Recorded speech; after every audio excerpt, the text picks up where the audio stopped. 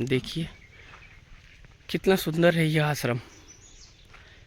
हरे भरे पेड़ पौधे और बहुत शीतलता प्रदान करती हुई यह ठंडी हवा। बाहर से आपको देखा होगा तो ऐसा नहीं लगता होगा कि अंदर इतना सुंदर आश्रम होगा, किंतु महाराज जी की मेहनत देखिए कि कितना सुंदर आश्रम बनाए हैं। मात श्री नर्मदे हर। सभी भक्तजनों को मात श्री नर्मदे हर। जय श्री राम। आज एकादशी के बहुत ही पावन पर्व पर मैया रानी के आपको शुभ दर्शन कराते हैं। देखिए यह है परिक्रमा मार्ग जो हमारे आश्रम चोपड़ा घाट आश्रम बाहमपुरा से होकर के आगे धारेश्वर आश्रम के लिए जब बढ़ते हैं तो बीच में यह एक मार्ग है। खोलार नदी पार करने से पहले देखिए यहाँ से आए आपको मैया रानी के बहुत शुभ दर्शन होंगे। यह एकदम किनारे का रास्ता है। किनारे पर छोटा सा एक मंदिर भी बना हुआ है और देखिए यहाँ से मैया के कितने शुभ दर्शन हो रहे हैं।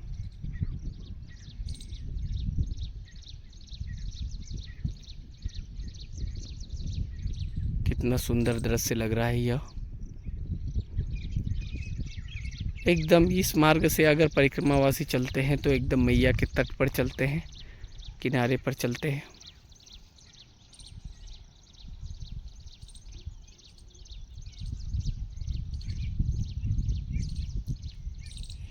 और यहीं से आपको दिखाते हैं सामने की तरफ। ये देखिए गेट आ गया और यहाँ पर है एक आश्रम। देखिए झूम करके दिखाता हूँ। ये रहा आश्रम।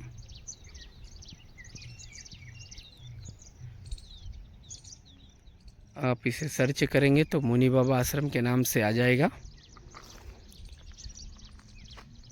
और आश्रम के आसपास का यह नज़ारा देखिए कितना खूबसूरत।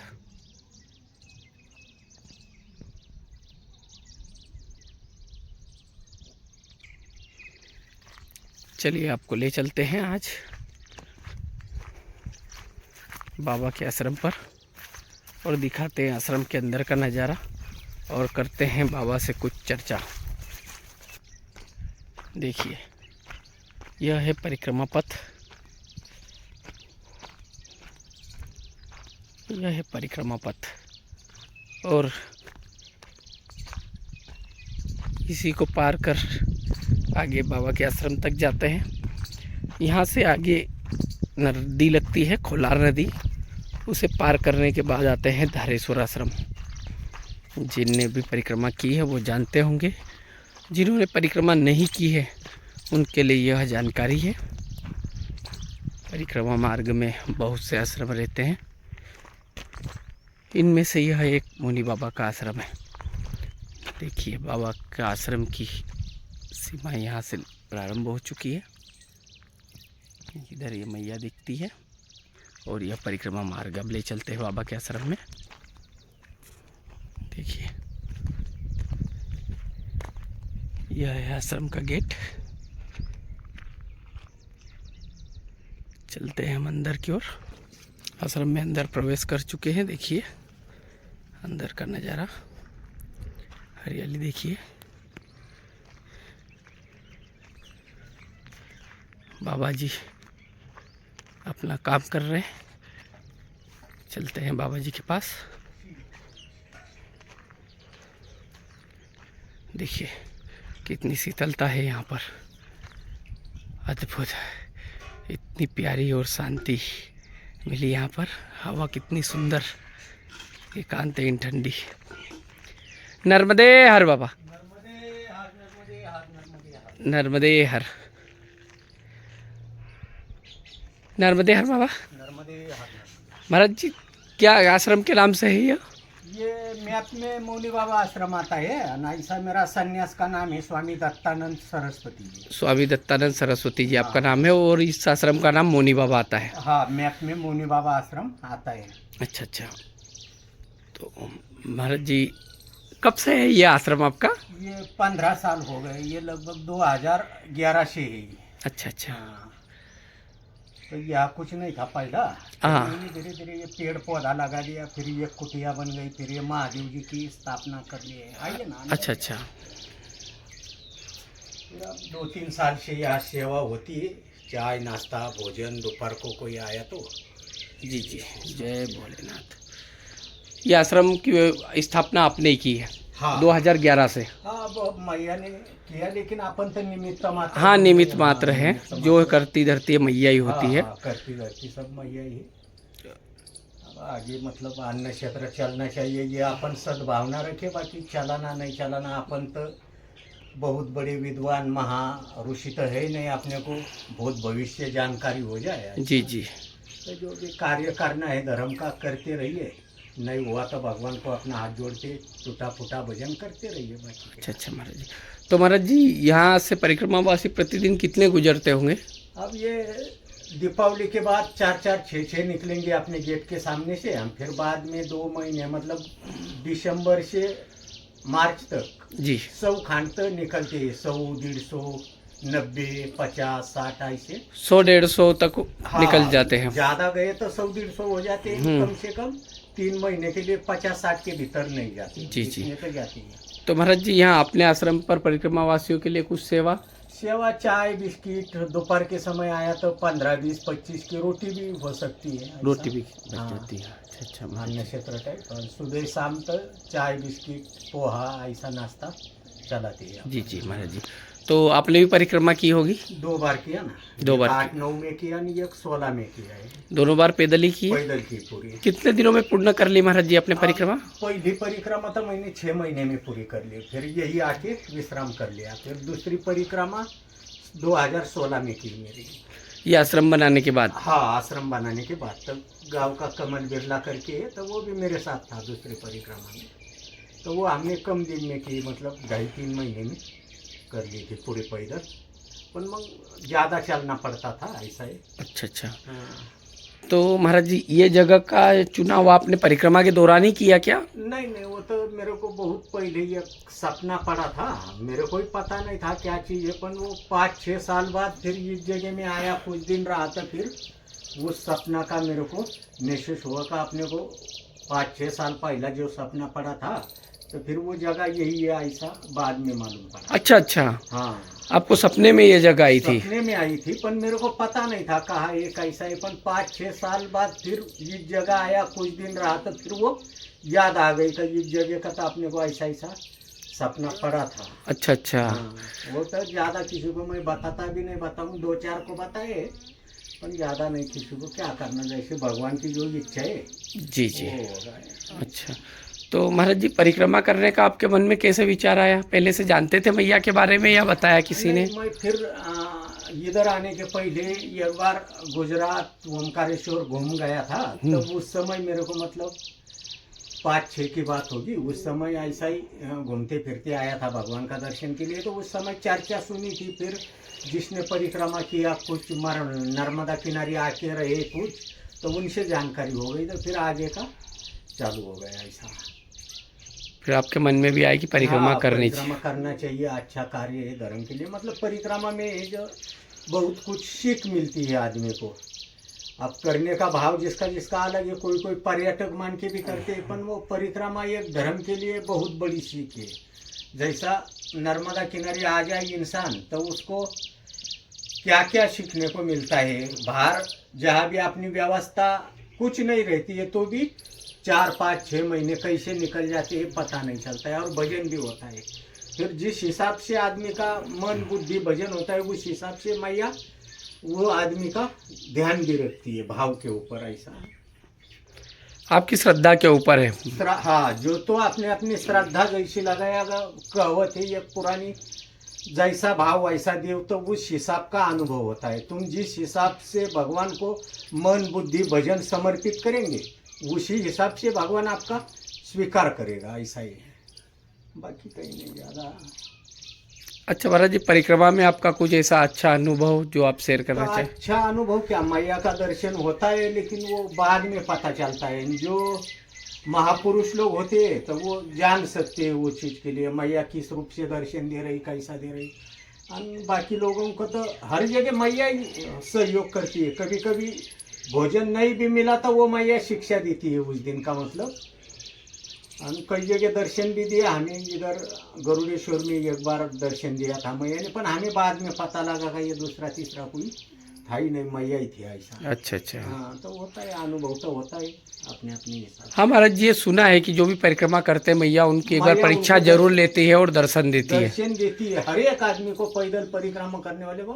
पर वो उनके ऊपर सोच विचार से रहता है। किसी किसी को दिया तो भी उसको महसूस नहीं होता है का मैया अपने को मिल के गई, पर किसी किसी को होता है ऐसा।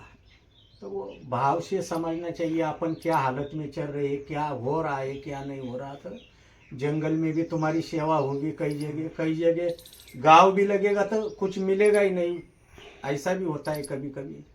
हम घर से कितना मित्र पति पत्नी भी हो तो मैया उसको 2-4 दिन के लिए का वो अलग करके ही रहती है ऐसा। मतलब साथ छुड़वा देते हैं आप, कितने भी साथ में जाइए, कुछ दिन के लिए साथ छुड़वा देती है मैया, किसी को भी साथ नहीं रखने देती। नहीं नहीं नहीं, ये तो मतलब परीक्षा लेती है मतलब मैया आपकी। हाँ, आगे पीछे हो ही जाते हैं ज्यादा कर। कितना भी प्रेम हो तो उससे झगड़ा कर, नहीं तो गलती से कोई आगे गया तो मिलेगा ही नहीं 2-3 दिन, ऐसा भी हो सकता है। अच्छा अच्छा। तो अलग हो ही जाते हैं फिर। अभी महाराज जी आश्रम में आप यहाँ पर कैसा चला रहे? अभी ऐसा ही मतलब इधर उधर से कुछ 2 पैसा मिलता है तो उससे चलाता हूँ, नहीं तो मग अपना किसी को 2-4 को तैयार करके रखा है का इमरजेंसी काल में भैया ये जितना आपको करना ही पड़ेगा। नहीं कुछ तो तू बिस्किट ला के दे दो, किसी के पास से अपना शक्कर पत्ती ले आओ, किसी ने बाहर से पैसा डाला तो उससे अपना दुकान का राशन पानी ले आओ, इस हिसाब से चलता है। अब ये 1-2 लोग थे तो उन्होंने सहयोग किया है 1 साल के लिए थोड़ा थोड़ा, तो वो बार बार नहीं करते, मतलब अपन भी उनको बार बार नहीं बोलते। गए साल इंदौर वाले थे तो उन्होंने थोड़ा अपने को अच्छा सहयोग किया था, तो साल भर अपना लगभग हो गया। संगमनेर का एक है देश माने कर तो उसने 1 साल संभाला, एक पुणे वाला है उसने 1 साल संभाला। तो वो ऐसा इकट्ठा 20-25 हज़ार मिल गया तो उसमें अपन फिर आने वाले मिलाते रहेंगे तो चलता रहता है फिर ऐसा। हम कभी कभी मांगने के बाद आप आ गए, आपको जब कभी मैं बोल दूँ कि आप 1000 ही रुपये दे दो तो नहीं होता है ना, तो वो मन से होता है। तो तैयार होने के बाद आदमी के रहन सहन के अपने आप पता लगता है। वो भी लोग यहाँ आके देखते हैं का बाबा मेहनत करता है यहाँ। अब जैसा शुरू में आया था यहाँ पीने के लिए भी पानी डब्बा भर लाना पड़ता था, तो मैं गर्मी में 50-50 डब्बा ला के ये पेड़ को पानी डाला। अच्छा अच्छा। हाँ, उसके बाद फिर नल ये धीरे धीरे पानी की व्यवस्था भी नहीं थी यहाँ पर, तो भी ये पेड़ अपन ये पत्थर में खड़े कर दिए, नहीं तो यहाँ छाया भी नहीं थी बैठने के लिए जब मैं शुरू में आया था। हाँ अभी तो बहुत ही सुंदर और कितनी ठंडी प्यारी हवा लग रही है, चल रही है। आप यहाँ पर आएंगे तो आपका मन ही नहीं करेगा जाने के लिए, कितना मधुर वातावरण है यहाँ का, शांत। 2.5 साल बाद ये कुटिया बनी मेरी, नहीं तो 2.5 साल में खुले में रहा शुरू में, पेड़ भी नहीं था बैठने के। अच्छा अच्छा। हाँ, 2.5 साल बाद वो अंदर के अंदर 8x9 का कमरा 2.5 साल बाद बना। अच्छा, तब तक आप बाहर ही सोते थे? हाँ, मतलब गर्मी पानी बाहर ही रहना। एक गड्ढा खोदा था उसी में अपना थोड़ा बहुत ही मटेरियल रख दिया, ऐसा करते थे। अच्छा अच्छा, बहुत सुंदर आश्रम है महाराज जी। हाँ, तो होगा वो मैया का आश्रम ही सुंदर धर्म के लिए है। अपना क्या है, शरीर भी अपना नहीं है, बाकी क्या चीज अपनी है। अभी आप अकेले ही रहते हैं महाराज जी? हाँ, मतलब ज्यादा कर अकेले रहता हूँ, पर आने जाने वाले रहते हैं कभी कभी, आ जाते हैं कोई भी यहाँ पर। परिक्रमावासी चालू होंगे तो फिर दिन भर अपने वो आते जाते रहेंगे। शाम को अब पानी की व्यवस्था थी तब तक रुकते भी थे 4-6 जी, पर अब जब तक नहाने धोने की उनको पानी की व्यवस्था नहीं तब तक नहीं रुकेंगे। कभी बिजली का किसी का सहयोग हो गया तो फिर करेंगे व्यवस्था। चलिए बहुत बहुत धन्यवाद महाराज जी, नर्मदे हर इतनी जानकारी के लिए। यह महाराज जी का आश्रम है, बहुत सुंदर, मुनि बाबा के नाम से। जब आप परिक्रमा मार्ग में आगे आएंगे तो चोपड़ा घाट, पिपलेश्वर महादेव से जब निकलेंगे तो आगे आएंगे आश्रम पर चोपड़ा घाट, जहाँ से हम आपको डेली वीडियो दिखाते हैं। चोपड़ा घाट के बाद में यह आश्रम आएगा आप छोटा सा, मुनि बाबा के नाम से। और यहाँ से ही आप नदी पार कर धारेश्वर पहुँचेंगे। देखिए आश्रम से मैया रानी के कितने सुंदर दर्शन होते हैं। आश्रम में यह सुंदर नज़ारा देखिए आप,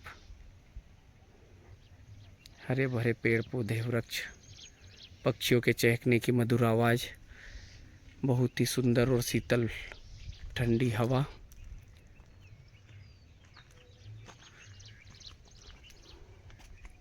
यह महाराज जी का पीछे वाला गेट आश्रम का, जहाँ से स्नान के लिए जाते हैं महाराज जी। नीचे माता रानी देखिए पास में, यहीं से कितने सुंदर दर्शन होते हैं। मैया के तट पर बसे ऐसे बहुत से छोटे छोटे और सुंदर आश्रम होते हैं। देखिए कितना सुंदर लग रहा है यह नज़ारा मैया रानी का। ऐसे आश्रम होते हैं जहाँ बैठकर हम माता रानी के दर्शन कर सकें।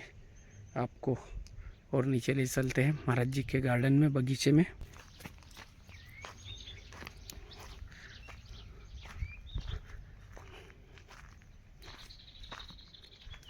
देखिए कितना सुंदर है। देखिए अंदर कितने पेड़ पौधे लगे हुए हैं। महाराज जी ने ये सारे पौधे, यहाँ पर पानी की व्यवस्था नहीं है, खुद नर्मदा जी से पानी के केन भर भर के लाए हैं और ये वृक्ष लगाए हैं।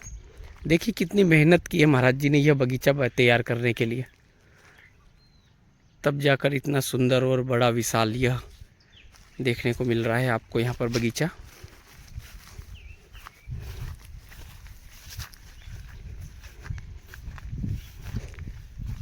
देखिए कितने विशाल पेड़ हो चुके हैं यह आम के, पीपल के।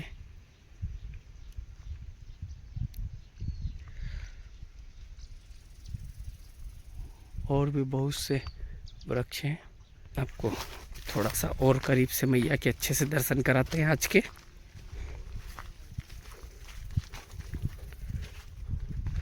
देखिए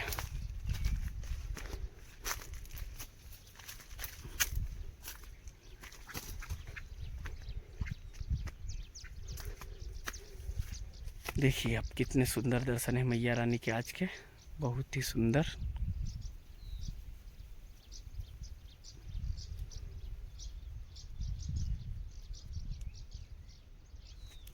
आज का वीडियो यहीं पर समाप्त करते हैं। वीडियो कैसा लगा, आश्रम की जानकारी कैसे लगी। यह चोपड़ा घाट आश्रम हमारे भामपुरा के पास में ही है। मुनि बाबा आश्रम, तहसील महेश्वर, जिला खरगोन, मध्य प्रदेश से परिक्रमा मार्ग में उत्तर तट पर यह आश्रम आता है।